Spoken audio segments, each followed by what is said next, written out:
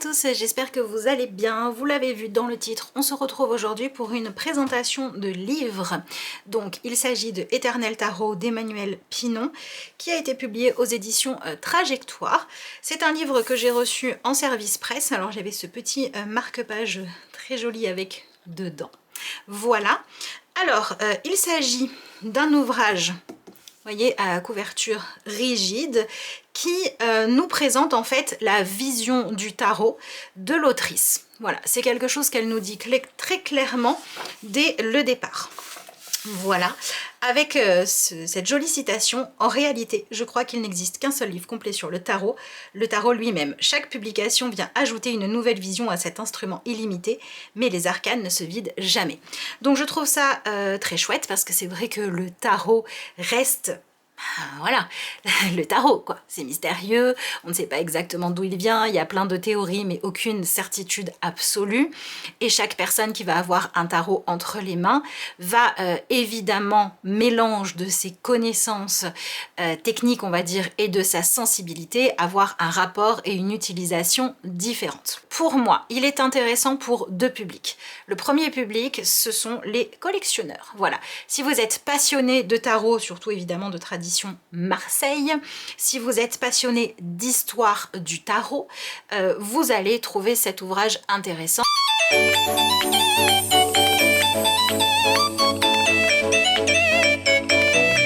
Donc vous avez toute une partie historique qui va vraiment vous raconter comment le tarot a pu évoluer, et vous allez avoir évidemment des représentations qui viennent de tarots différents. Voilà, donc si ça vous intéresse, ben voilà, ça va être forcément chouette pour vous. Et pour moi, donc si vous avez envie d'avoir ce qui va vous permettre d'aller explorer, ben qu'est-ce que vous pensez finalement du tarot? Est-ce que vous le trouvez fiable? Pourquoi faire? Comment devrait-il être utilisé? Etc. L'autrice vient en gros vous questionner par rapport à ça et vous apporter aussi de façon très brève des hypothèses que vous allez ensuite pouvoir aller approfondir. Maintenant, on va être clair, si vous cherchez un ouvrage sur le tarot qui va vous apporter pléthore d'informations sur chacune des lames, où voilà, la symbolique des lames va être détaillée, etc., c'est pas cet ouvrage-là que je vous conseille. Voilà, donc ça dépend véritablement de ce que vous recherchez et de ce qui vous intéresse.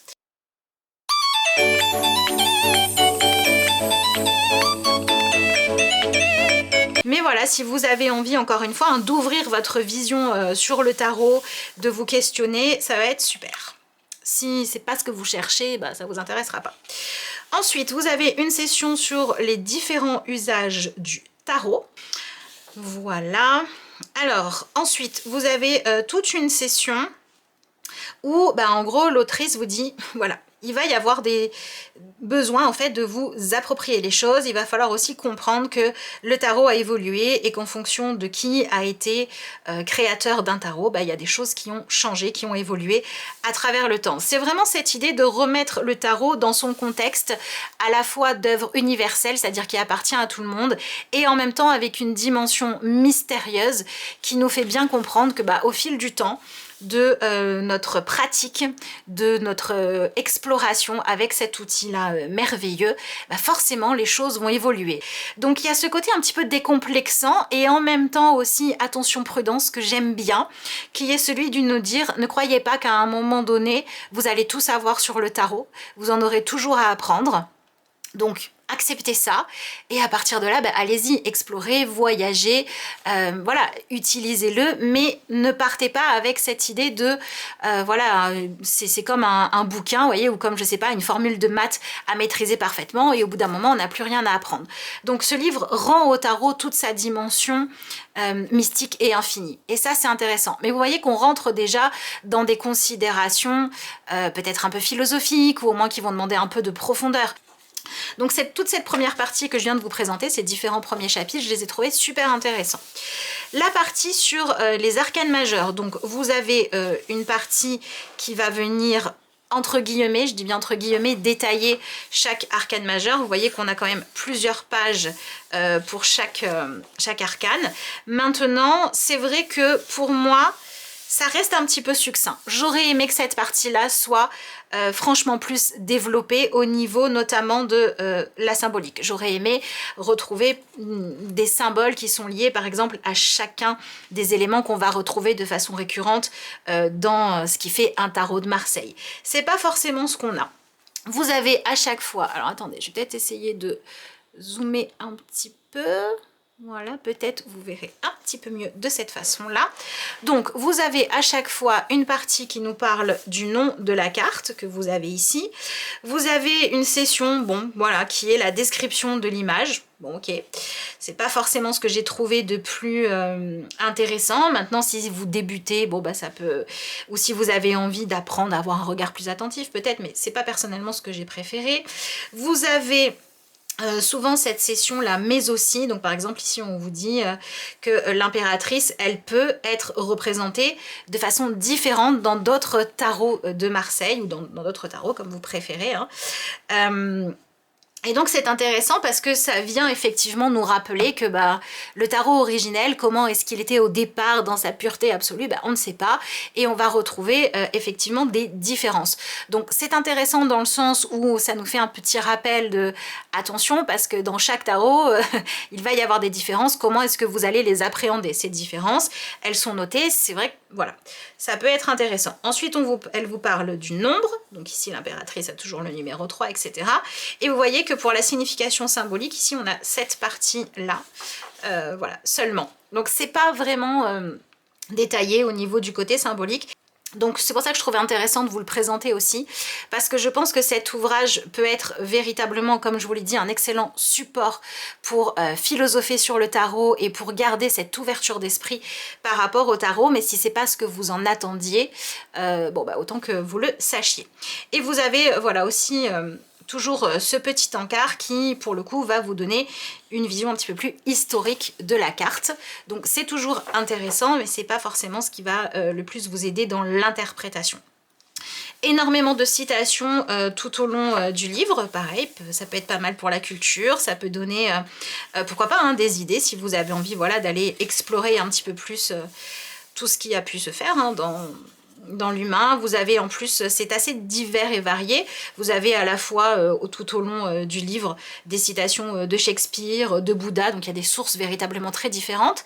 Je trouve ça intéressant puisque ça permet encore une fois d'ouvrir cette vision du tarot à quelque chose d'assez mondial. Voilà, il y a certaines influences qui vont être plutôt religieuses, donc d'autres plutôt artistiques, voilà, et plein de courants comme ça. Ensuite, vous arrivez sur une session où l'autrice va vous donner des informations sur tirer le tarot. Alors c'est pareil, vous allez voir, il y a une session qui est consacrée à vous proposer des tirages et des interprétations de tirages, mais pas que. C'est vrai que le tarot subit malheureusement, je vous en ai déjà parlé sur la chaîne, j'ai fait des vidéos à ce sujet, je pourrais en refaire si ça vous intéresse, dites-le moi dans les commentaires, mais c'est vrai que le tarot a subi beaucoup de caricatures, d'abus, malheureusement a aussi été utilisé à des fins qui sont pas chouettes, alors que c'est un outil formidable qui peut véritablement nous accompagner de façon hyper constructive.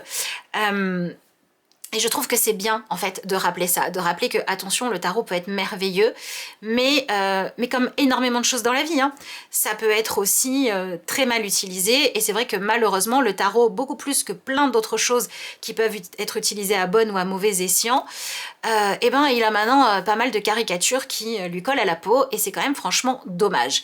Donc cette ouverture reste intéressante, voilà. Je pense que c'est une ouverture à avoir qu'on ait ou qu'on n'ait pas ce livre. Voilà. Vous savez que je tiens à cette idée de restaurer une image plus constructive du tarot, cette idée d'aller ouvrir les principes de réflexion. Ici, vous le retrouvez par rapport au tarot. Ça peut voilà, vous amener à vous poser plein de questions sur plein de choses, à vous aider en fait, si vous avez envie d'aller explorer pour chercher de la sagesse, de la justesse, de la droiture, etc. Peut-être aussi un petit peu de tolérance, voilà. Mais bon, ça, le tarot en lui-même le fait déjà, vous voyez ce que je veux dire? Voilà. Donc voilà pour cette session-là. Ensuite, on en arrive à la partie sur les différents tirages et ça se présente de cette façon-là. Et je pense qu'on est quand même sur des tirages qu'on a l'habitude de voir, hein. Le tirage à 12 lames, bon, le tirage à 2 cartes, voilà. Pour chaque arcane majeur, vous allez retrouver voilà, un tout petit résumé. Par exemple, pour l'ermite, quelque chose prend le temps d'avancer lentement et avec prudence. C'est un moment d'introspection et de discernement, mais aussi de réserve et de solitude. Je trouve que les petits résumés sont tout à fait corrects. Voilà, on est face à quelqu'un qui connaît son sujet, hein, on va pas évidemment. Maintenant, est-ce que c'est toujours la définition dont on aura le plus besoin ? Ça n'est pas sûr, mais voilà, on en a conscience puisqu'elle me dit l'interprétation d'un arcane dépend de la place qu'il occupe dans un tirage, mais aussi de son environnement, de l'association de toutes les arcanes tirées, de leur synergie. Donc c'est des propositions qui sont faites, mais on a véritablement, et je trouve ça bien, voilà, une autrice qui nous dit, voilà, c'est ce que je vous propose, c'est ce qui selon moi est le plus... peut-être l'essence effectivement de la carte, mais attention, ça ne sera pas toujours ça que le tarot viendra vous dire, et encore une fois, cette idée de le tarot, ça s'explore.